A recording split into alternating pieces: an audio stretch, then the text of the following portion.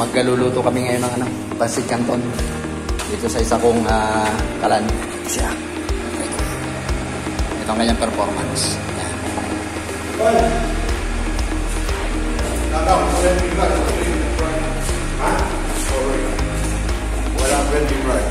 Okay, so itong pancit canton ang lulutuin namin.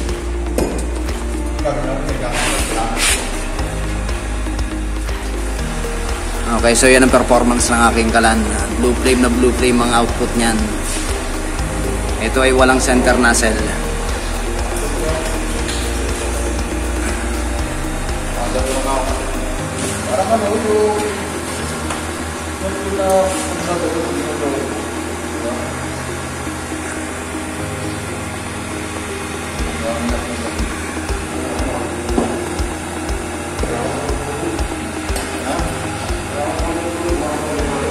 Buti ka? Buti ka ngayon?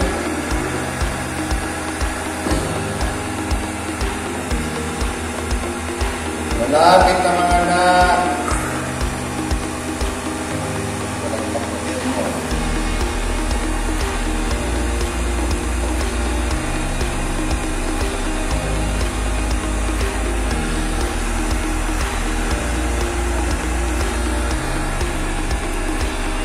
Ito ang aking use oil kalan na walang center nozzle version 2 yata ito. Ngayon ko lang uli nagamit. May mga bisita kasi kami. Ito yung mga yon, lulutuan namin ng pancit canton kasi bago kami umalis pakakainin muna namin. Survival tong mga to eh.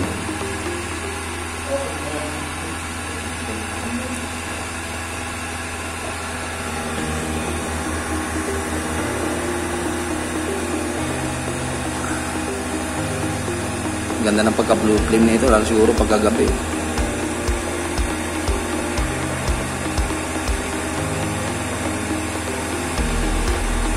Kanina pa tayo dyan, hindi nagbabago ng performance.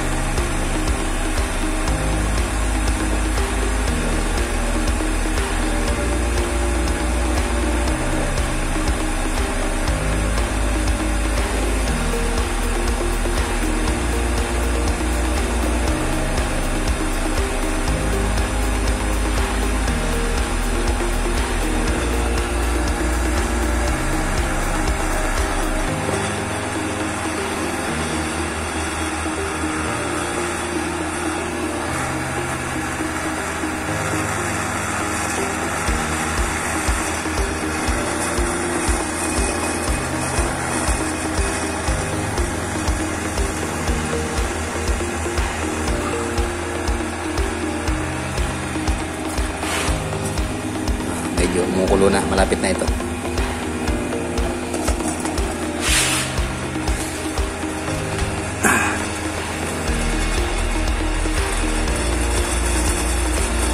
Nagpa-vibrate na yung yung takip. Luto na siguro yung pancit canton na yan.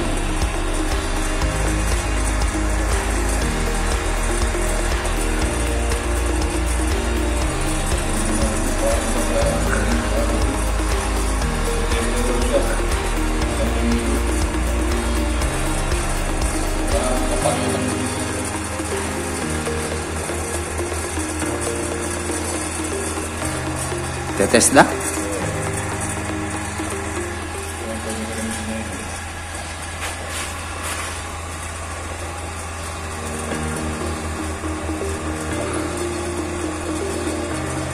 Okay na siguro yung mood. Pinan mo. Para makita ko yung loob. Ito na. Ito na yan. Ito na. Luto na nga yun. Ba yan eh. Hindi na matigas siya. Subukan mo. Ganyan kami yung pagluto. Pagka kumulo na, okay na yun. Okay? Oo. Hindi, isama mo yung takip. Tapos buhatin mo, itapon mo yung tubig ko sa grito.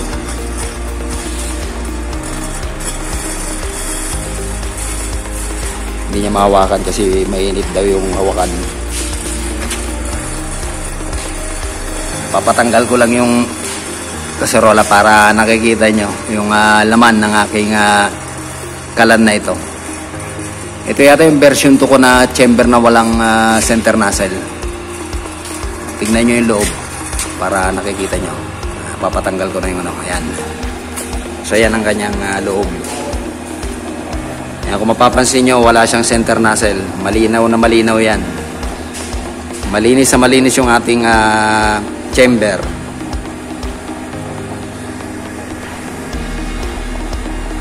At blue flame na blue flame yung kanyang output.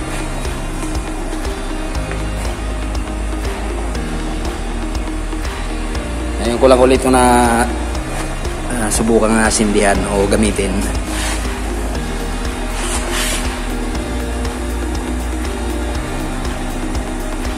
So yan ang kanyang apoy. Ito ay chamber na walang center nozzle. May tornado effect ito. Kung mapapansin nyo, paikot ang ating apoy dyan. Pati yung used oil sa loob, umiikot din.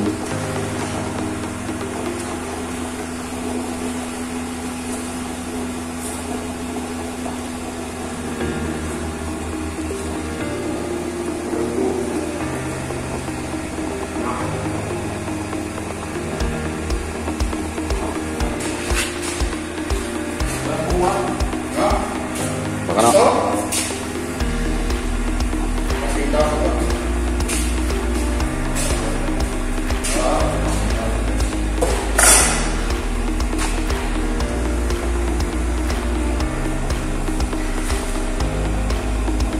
Okay, so nagluto kami ng pansit canton para sa mga bisita namin. Ayan o. Yung isang yun, tsaka ito pa o. Mga best friend namin dito yan eh.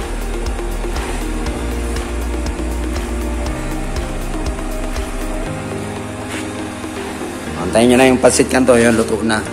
Ayos na.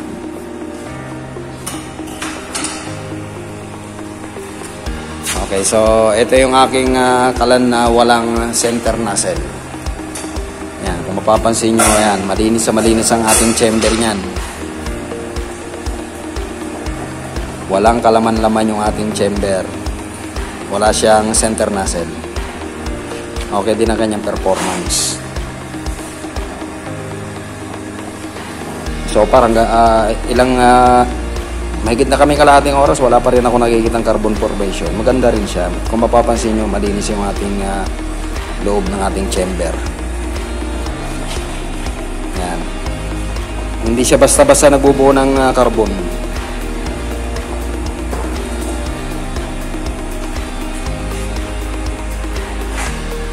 Okay, detachable din ito. Yan, may tornilyo din yan. Yung ating chamber pwedeng matanggal. May tornilyo rin dito sa unahan. Bali 3 tornilyo lang, mapapaghiwalay na yung chamber pati yung ating pinaka-base. Yan yung sinasabi ko sa iyo, yung sa atin.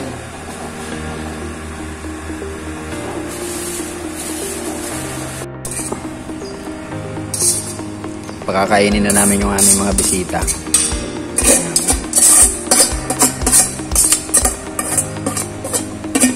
Pinagluto pa namin ng pansit canton yung mga yan. Dito ko niluto sa aking kalan. Chamber na walang center nozzle. Ayan. Ito pa isa. Yung maliit na wala. Pero tinirang ko naman din na pa yung maliit.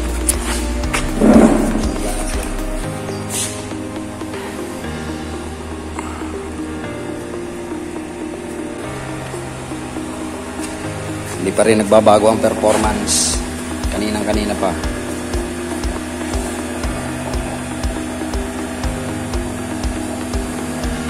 Napakadaling linisin ng chamber na ito kasi nga walang center nozzle na sagabal sa loob. Kung mapapansin nyo, umiikot din yung ating langis. Oh. Umiikot yung amoy tapos umiikot din yung ating pinakalangis.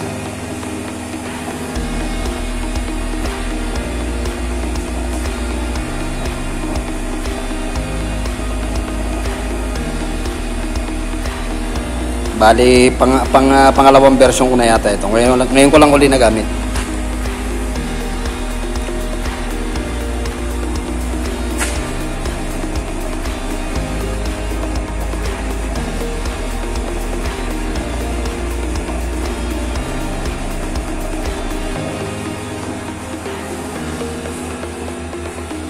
Nandun pa iba kong mga kalan. Sari-sari yan. Sari-saring design. Yung iba wala pa mga housing. Yung iba may mga oil level regulator na rin. Sari-sari yan. Meron yan mga walang center nozzle. Ayan, itong isa. Heavy duty rin ito. Walang center nozzle din.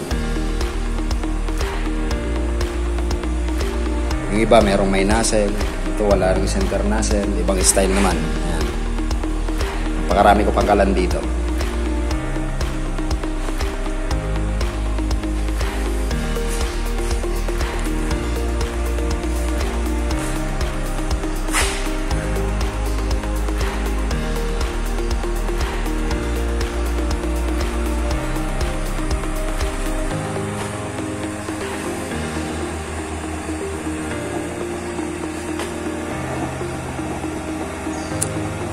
Ang bilis ng ikot ng langis sa loob.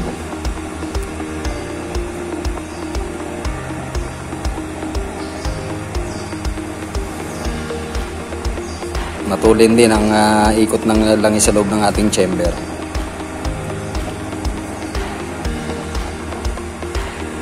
Ang kanyang output talagang asul na asul. Napakaliwanag pa rito sa amin ngayon, lalo na siguro kung gabi, mabivisualize natin maigi yung kulay niyan. Kaya lang ngayon talagang mainit, maaraw ngayon sa amin.